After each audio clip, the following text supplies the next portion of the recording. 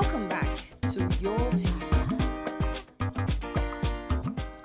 Thanks for staying with us. So joining us is a media entrepreneur, Chude Jideonwo. Welcome to the show. Thank you. Good to be here. Chude. Good to be here again. We were saving this topic for next week Thursday. What we wanted to discuss with you was the mega party for the former president Obasanjo's letter, restructuring, the restructuring, federal government's response. That's what we want. And the mega party back on Monday. and the force. Come and talk about And that. his own response. And He did an interview very blue ago. So I'm waiting for you. We'll save that. Which of the interviews? Our Scott missile. We'll save it for For Monday. Monday. So Okay. come back on Monday. Okay. But so now talk about this our matter that we discussed started already. Do you think men are actually generally more confident than women? Because I mean, society. I mean, you've heard everybody's views. What are your thoughts, General? I mean, obviously, there's a lot of data that shows that men are more confident than women. Now, the issue is not that men are more confident than women. The issue is, why are men more confident than women? Because confidence is an inner resource, it's a mental resource, an emotional resource. It has nothing to do with muscles or place of birth, etc. So, if something is internal, if there's a variation between genders, then we have to ask why. And all the things that I've read will confirm that the reason why is because society gives different messages to the different genders. You know, the society says God, I mean, I heard it, God created man God created woman, no, man in God's image, and the woman in the image of his rib. So it's like, okay, so good. So why is the woman not a big rib? You know, I mean, we take, many of the Bible is an interesting document. The Quran is an interesting document. All these are great documents, but sometimes we mistake parables and poetry for literality. And so we just take those things and we use them to confirm whatever we already believe. As far as it satisfies us. What if we take them and interpret them in a way to suit whatever argument? That's usually what We're happens. not taking them for words that they are. Because I'm a Muslim, and recently I had a conversation with a woman saying to me, why do you argue with your husband? Why do you even try to, you don't question him. You shouldn't. You're not a Muslim woman. I was like, excuse me, whose book are you reading? The same book I read or not? And I gave her examples of the women, wives of the Prophet. They were confident with the Prophet would say, I will consult with Aisha, I will consult with Khadija. He consulted his wives because they were confident women and they could, they could own their own. I mean, one of the most fascinating she read her own things when I read the Quran was the relationship between Muhammad and Khadija. This was an equal relationship. I mean, this was a complementary relationship.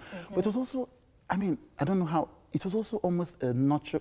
So the nurturing, you know, when we say nurturing in this environment, we use it as a subservient thing. No, but this nurturing was not a subservient tool. He respected her. He listened to her. He came back from the mountain with these commandments, whatever that he had gotten, and the first person he would ask was her. He came in shattered. The first person that could hold him was her. So, you know, the gender roles are historical. They are not theological. They are not divine. So they are not they're not even. I mean, they're not necessarily even biological. Exactly. We created. Yes. So these Chude, roles. there's this. People think, and I support that a lot of men are using this. They've been conformed and been told you're confident, you're confident, you're confident, you're confident, you're confident. And it's programming. So you already have this mindset that I'm confident. No matter what happens, I'm confident. And the woman doesn't get that same constant reassurance along the way. Absolutely. And sometimes the confidence is masking a lot of insecurity. Of course, now. Because we don't build men into adults. We build men into aggressors.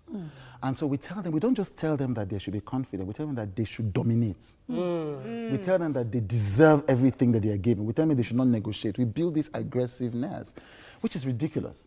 Sorry to cut you off. Because I want us to address a major issue that a lot of young girls are feeling, especially those women who are single. Yes. Oh my God, yes. Confident. They have the whole world belongs to them. I'm telling you. And yet, to get to that phase of marriage, it's almost as if I need to come down from this horse.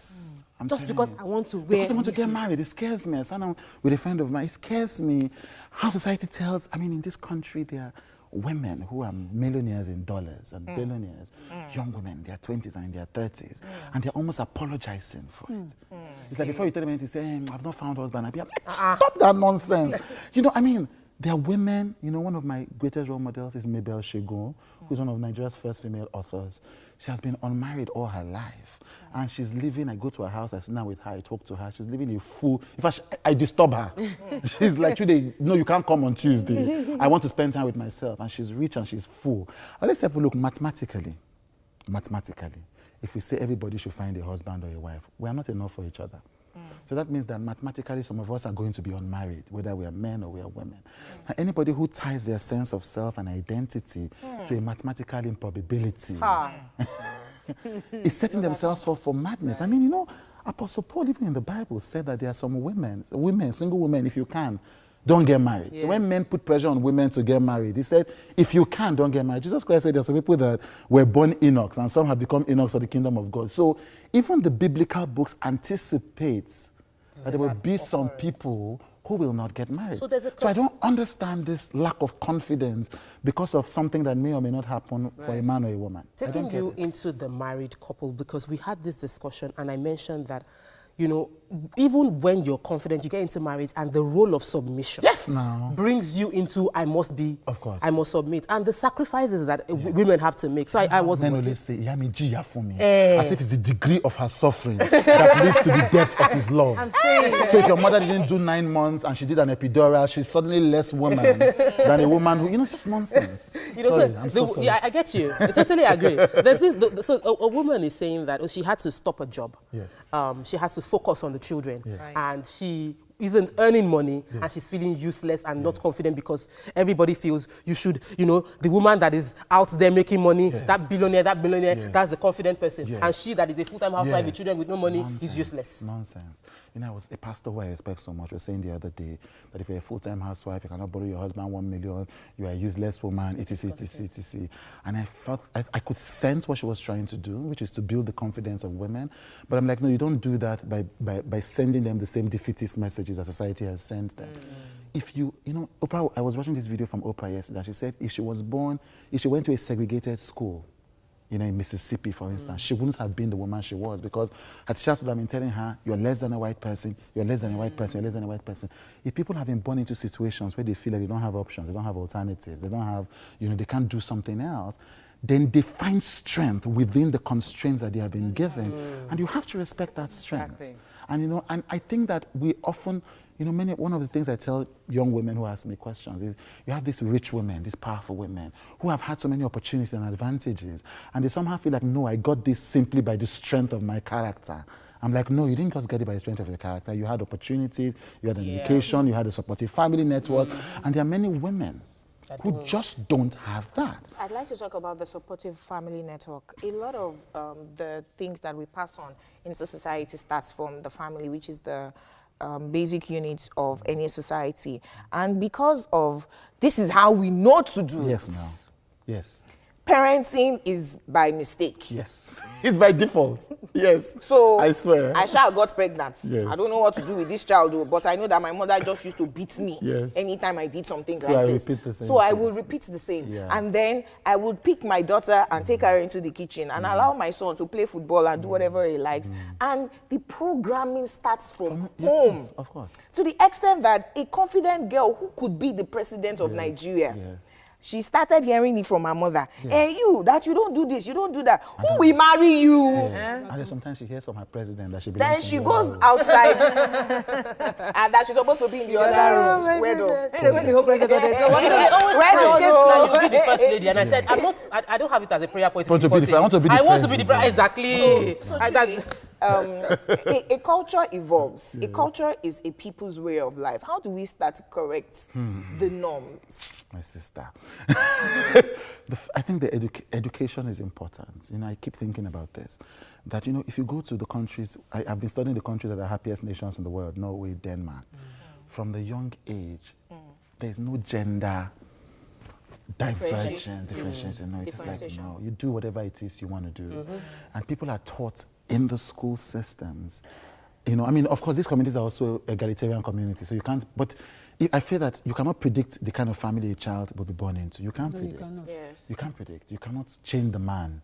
But you can predict the kind of school the child can be. Can governments begin to, and unfortunately we need governments to begin to, unfortunately. Because Maria likes to say we should do what we can. We can, but unfortunately we do need governments to create that structure where you have an education system that's not just teaching people about biology and physics, but also teaching them about their souls. And say that a girl's role is to carry water. And then while we're waiting, yes, and then exactly, and then and then train the teachers train the teachers in evidence-based. You show the teachers the evidence. So anytime a teacher says a woman cannot be president, you show the teacher Ellen Selif. You show the teacher etc. So the school is important. In the interim, while we're trying to get the schools to be right, which is not going to happen soon, then we need people who understand to begin to participate. Someone just invited me to the board of an NGO called Boys to Men. How can we train boys to be better human beings? So in the interim, can all of us create those spaces, those safe spaces? Right. And in creating those safe spaces also, we need to also ensure that, aside from the formal education, we're educating our parents. Yes. Teaching them the new ways of doing things, educating the helps in the house, because these are people that the children are exposed to. Because I know my help all the time will be telling my son to go and play, and Elizabeth should my daughter should come to the kitchen and wash dishes. I see my daughter wash dishes. She knows how to open the bags of her noodles and everything, start to cook. But the boys, and I'm like, bring him.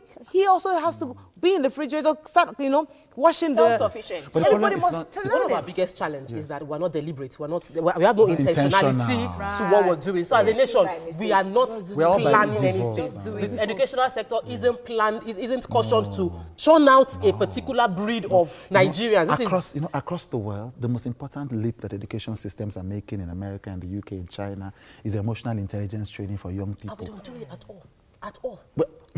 We have not started the journey. We don't even know what it is. What emotional intelligence is. Japan took our time to produce engineers. Yes. The Israel takes our time to produce. Everybody can shoot a gun. Yes. What is Nigeria producing in the number? We have this huge population of human resources.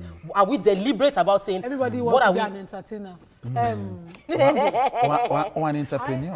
I grew up in a family of mostly women. Yes. 4 girls and only 1 boy. My father focused on his girls. His concern was the girls, how they'll be men. And today you hear someone criticizing that. As a Muslim scholar, you have overconfident women within the house. They are opinionated, they are outspoken. And it's supposed to be a wrong. I remember him make me repair the pressing iron at home because he was bad. He didn't say my brother should come. He takes me, and he's a firefighter, fire engineer, he will make me do that. That's deliberate parenting. Now, I now grew up. Having been built well, now start to, it's rather than use what I have within, start to change it. How do we utilize, the confidence that someone has invested in us? Oh, fantastic. Let's go to break. When we come back, that's a very important question. You've trained a girl to be confident. But she now enters society and enters her marriage, and she now has to step 10 steps backwards. Stay with us, we'll be right back.